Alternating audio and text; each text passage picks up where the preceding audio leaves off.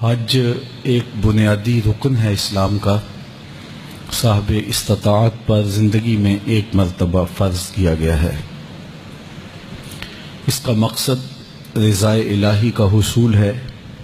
اس پر اللہ تعالیٰ کا شکر ادا کرنا چاہیے کہ اس پوری بستی سے، اس پورے محلے سے، پورے خاندان سے اللہ نے مجھے یہ سعادت نصیب کی، تو اور زیادہ جھک جانا چاہیے، لیکن تربیت نہ ہونے کی وجہ سے عمومی طور پہ یہیں سے ہی عجب اور خود نمائی کا جذبہ پیدا ہونے لگ جاتا ہے، جبکہ یہ چیز حج کے مقاصد کے منافی ہے۔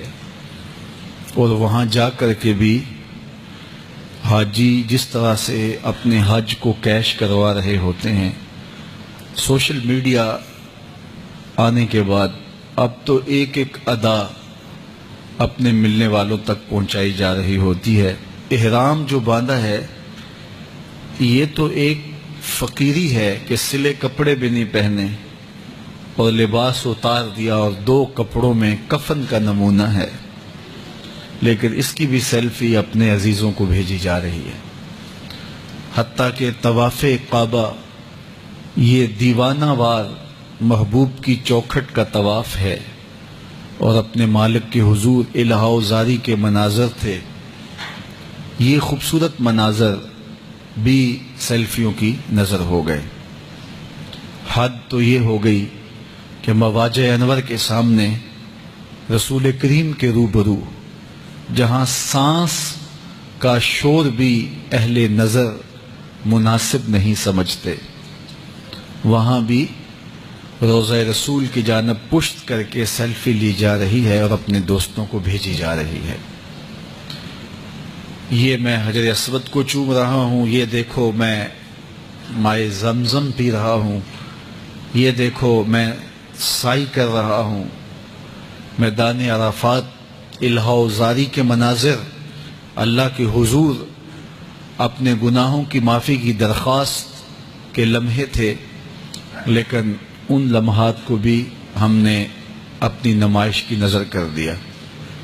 اتنا لمبا سفر کاٹا، مشقتیں صعوبتیں راستے کی گوارا کی، خون پسینے کی کمائی صرف کی۔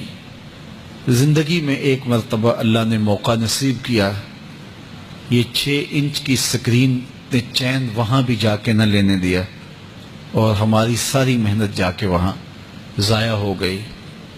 نمائش تو اللہ کو کسی صورت ہی پسند نہیں ہے، تو حج کے موقع پر یہ دیکھنے کو ملتا ہے کہ بس ایک ایک منظر کیپچر کیا جاتا ہے اور پھر اپنے دوستوں کو بھیجا جا رہا ہوتا ہے کہ یہ دیکھو میں کوہ صفا پہ کھڑا ہوں، یہ کوہ مروہ پہ کھڑا ہوں، یہ طواف کا منظر ہے، یہ ملتزم سے لپٹا ہوا ہوں۔ اللہ اکبر، جہاں اپنے ہوش بھی نہیں رہنے چاہیے تھے وہاں بھی سیلفیاں لی جا رہی ہیں، اور کوئی وہاں مل جائے تو پھر اس کے ساتھ سیلفی مصیبت بن جاتی ہے۔ کوئی ادھر سے آ رہا ہے، ذرا آپ سیلفی دیجئے، کوئی ادھر سے آ رہا ہے۔ تو یہ عبادت کے لمحے ہیں، ان کو عبادت ہی رہنا چاہیے، تو ان کو اپنی خواہشات کی نظر نہیں کرنا چاہیے، اپنے پہ ہمیں رحم کرنا چاہیے، اپنے پہ رحم کھانا چاہیے۔ آداب کی رعایت کے بغیر عبادت کس طرح حسن پا سکتی ہے، تو ہمیں ان کی رعایت کرنی چاہیے۔